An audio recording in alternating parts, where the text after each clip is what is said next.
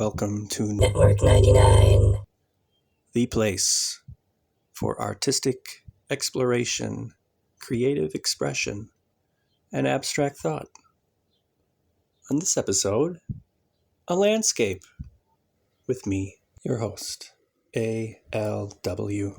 I'm working on 9 by 12 inch, 140 pound watercolor paper, and thus far, we're using markers. Next, let's get out some water and move some color. Network 99.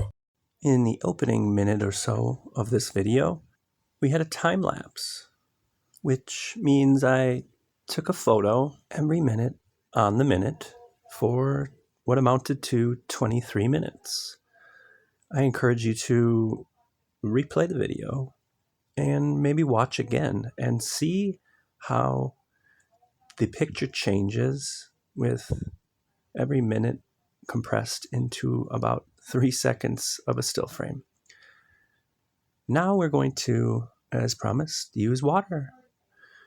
Working on this sheet of watercolor paper, we're going to move this sky area, the colors that is within this area. And if we have some time toward the end, we'll get into this ridge here and down further in the foreground where there's more detail. But let's start up here in the corner. Network 99. So all I'm doing is getting a little water on my watercolor brush. And as you notice, with the white space I've left, the water that's deposited on the paper will begin to bleed. It'll bleed the colors that it contacts and move them in ways that are largely unpredictable. And surprise, that's part of the joy of this type of work.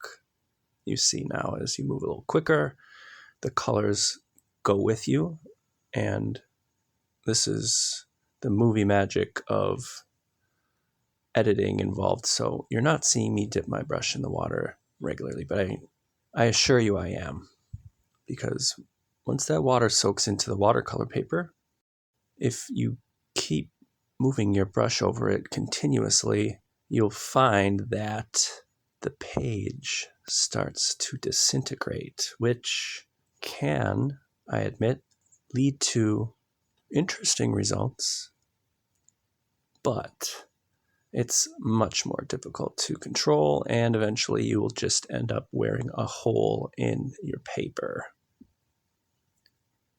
When I was a preschool teacher working with 2- and 3-year-olds, I exclusively centered the core of my teaching around painting and teaching these children to paint for the very first time. And I tell you that more often than not, pages would get ripped to shreds eventually by the eagerness of the child at work with the paintbrush.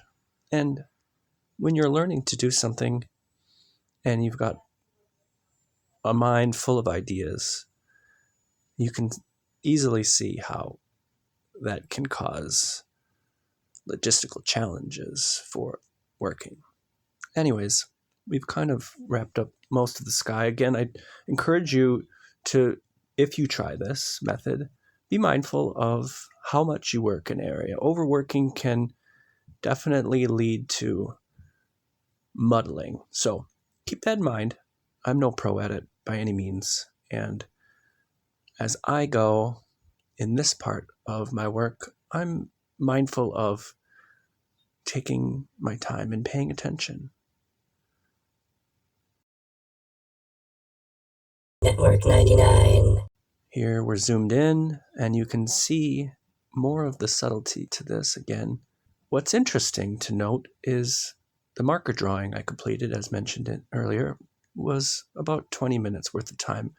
And for a large sheet of paper like this, that's, relatively speaking, a good amount of time to go on a sketch. If you've seen any of my other videos, I do like to move quickly through intuitive sketching, and this drawing then sat for a day or more, and now coming back, what's really fun and interesting is that the paint, the marker, ink that is, it moves just as freely as if you were using fresh watercolors. So it's a bit of a hack, I admit, if you're looking to try watercolor, but perhaps the idea of investing in a set of paints and brushes and the whole 9 yards, so forth, is intimidating to you. Get some markers like the ones I use in this one, which are simple illustration markers that I bought at Five Below, or some, actually I think these ones are King Art, and I bought them at Walmart. Anyways, get some markers, put some markers down, and then try using any old paintbrush with some water to move that color.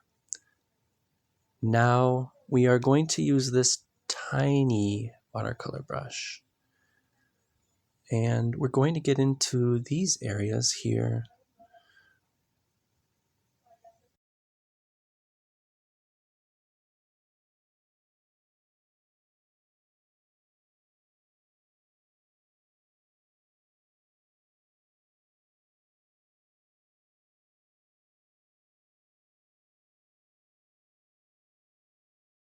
Here I've zoomed in to illustrate for you the concept, and it's basically the same as with the bigger brush. It's just a smaller area. So in order to allow the work to take place, we need a smaller tool to get the job done. It's really fun watching this back, and when you get really close in there, it's super neat because we can only see so close when we're working on these in real time. Of course, if you have some sort of magnification device, you might be able to really drill down on these areas with a little bit better focus. But like on a bigger scale, I still tend and prefer to move a little quicker. I can get more done, and I can move on to the next one that much sooner. Now, of course, your particular preference and style will depend on what brings you the most satisfaction, the most joy.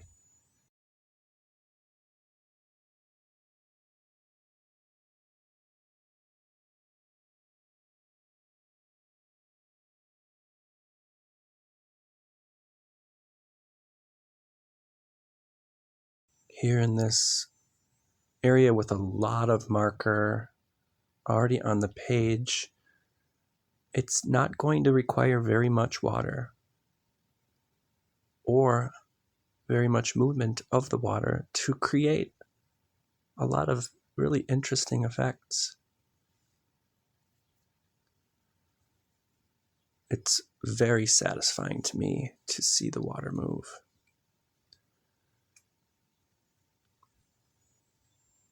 And the picture takes shape before your very eyes. That's about all the time we have today on this episode.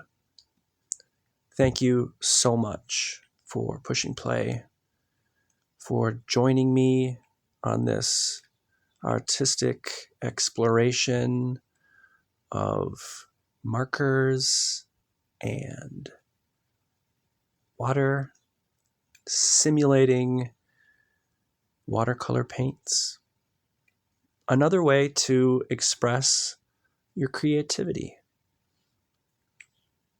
I had a lot of fun making this picture, and it didn't take very long. I think overall, this was not more than an hour's worth of work, and the ending composition makes me feel like I'm in a wide open space, maybe the edge of a desert where desert meets green space under a wide open sky. And it gives me a feeling, ultimately, of peace. I hope that you feel the same way too. Of course, let me know what you think. Send me a comment. If you like what you see, please consider liking and subscribing to Network 99. Network 99. Until next time, friends, be kind, be creative, and bring the joy.